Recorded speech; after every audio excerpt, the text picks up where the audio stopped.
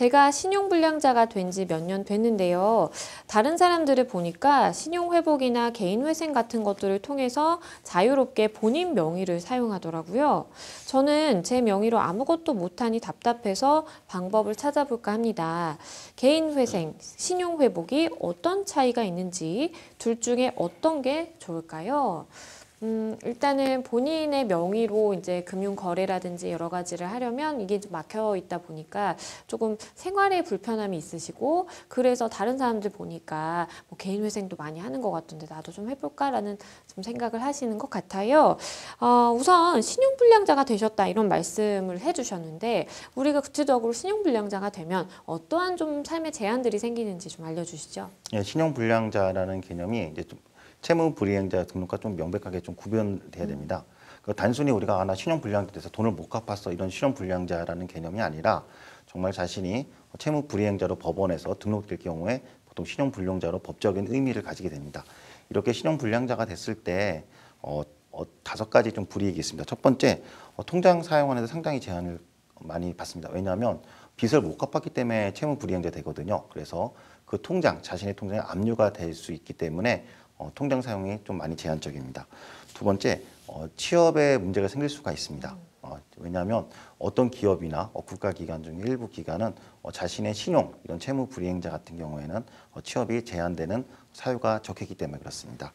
세 번째는 신용카드가 좀 거래가 어렵습니다. 신용회사에서는, 카드회사에서는 신용이 어느 정도 돼야 되는데 신용불량자 같은 경우에는 카드 발급을 해주지 않겠죠. 그 다음에 네 번째는 대출의 제약이 있습니다. 자신의 신용대출 같은 경우에 정말 신용이 좋아야 되는데 채무불이행자가 되기 때문에 캐피탈 회사나 은행권에서 해줄 리가 없겠죠. 그 다음에 6번째, 해외여행이 제한되는 경우가 있습니다. 개인적인 사채 같은 경우에는 그런 제한이 없지만 만약 국세 같은 경우에 밀린 경우에는 제한을 받습니다. 네, 변호사님께서 어떠한 제한들이 좀 발생하는지 5가지에 대해서 말씀해 주셨는데요. 그렇다면 이런 신용불량의 상황에서 내가 벗어나고자 한다면 어떤 방법들이 있을까요? 네, 크게 신용회복위원회라는 위원회와 그 다음에 법원이라는 절차가 있습니다. 법원을 통해서 할 수가 있습니다. 신용회복위원회에서 신용회복 제도가 있고요. 법원에서는 개인회생이나 개인폐산 제도가 있습니다. 네, 신용회복위원회나 이제 법원을 통해서 할 수 있다라는 말씀 주셨는데요. 그러면 각각에 대해서도 좀 설명을 해주시죠. 네, 우선 신용회복위원회에서 설명드리겠습니다. 신용회복위원회는 첫 번째, 신속채무조정이 있고 그 프리워크아웃, 그 다음에 개인 워크아웃 이 3가지 종류가 있습니다. 이것에서 먼저 설명드리겠습니다. 신속채무조정에 대해서 말씀드리겠습니다. 화면을 한번 보시면요.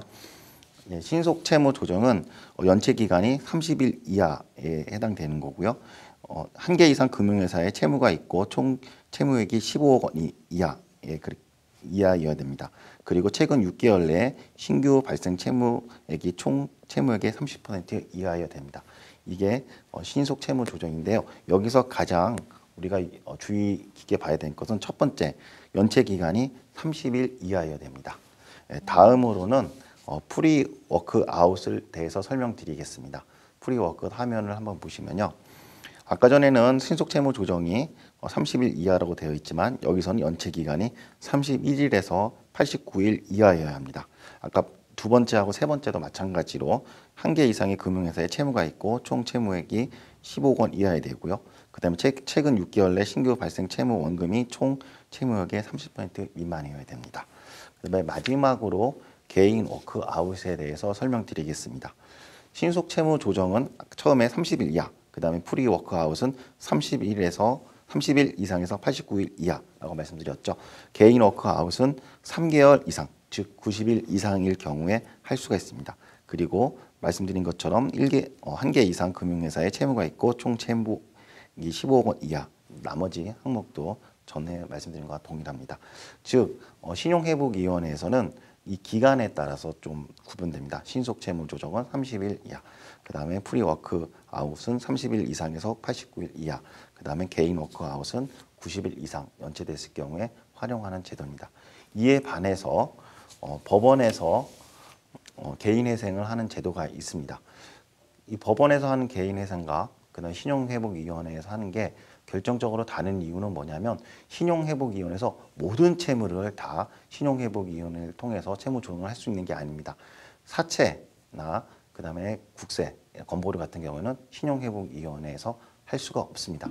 그러나 개인회생 같은 경우에는 사채도 개인회생을 통해서 구제를 받을 수 있습니다. 개인회생에 대해서 설명드리겠습니다. 개인회생은 신용회복위원회 채무조정 지원으로 채무상환이 어려운 분에 대해서 할 수가 있습니다. 이게 바로 신용회복위원회 세 가지 제도와 크게 다른 점입니다. 그리고 두 번째, 세 번째도 보건복지부 장관의 고시한 기준 중위 소득의 125% 이하 소득자이고 최근 1년 이내 신규 발생 채무 비중이 40% 이하인 분에 해당하는 경우에는 개인회생을 통해서 구제받을 수 있습니다. 네, 변호사님께서 이제 어떤 차이점들이 있는지 그리고 어떠한 경우에 이제 신청을 해볼 수 있는지에 대해서 상세하게 설명을 해주셨는데요. 그러면 내가 개인적으로 생각을 했을 때 어떤 것이 좀 나에게 더 맞을지, 어떤 걸 선택을 해야 되는지 좀 고민이 있으실 수도 있는데 어떤 기준을 가지고 좀 선택을 해볼 수 있을까요? 우선 자신의 채무가 개인 채무가 있는지 세금이 있는지 건보료가 있는지 체크를 해봐야 됩니다.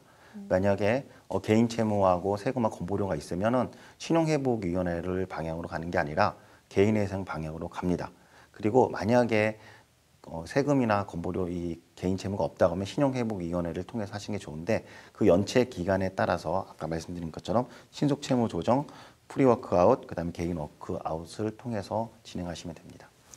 그럼 마지막으로 우리 상담자분은 어떤 선택을 좀 하시는 게 좋을지 좀 조언을 주신다면 어떤 게 있을까요? 예, 자신이 이제 개인회생을 해야 되는지, 그 다음에 신용회복위원회 세 가지 절차를 어떤 것을 해야 되는지 실질적으로 좀 많이 구분이 어려운 분도 있습니다. 그렇기 때문에 신용회복위원회에서 홈페이지 가시면 나에게 맞는 채무조정 찾기라는 코너가 있습니다. 이 나에게 맞는 채무조정 찾기를 클릭하시면 여러 가지 항목을 입력할 수가 있는데 이 항목에 따라서 자신의 가장 적합한 채무조정 절차를 찾을 수가 있습니다. 네, 변호사님께서 말씀해 주신 것처럼 이 신용회복위원회 이제 홈페이지에 들어가셔서 내 상황이 어떤지 좀 기입을 하시고 나에게 맞는 채무조정 절차는 어떤 것이 더 맞을지 선택을 해보시고요. 거기에 맞춰서 좀 대응을 하시는 게 필요해 보입니다. 잘 해결이 되시면 좋겠습니다.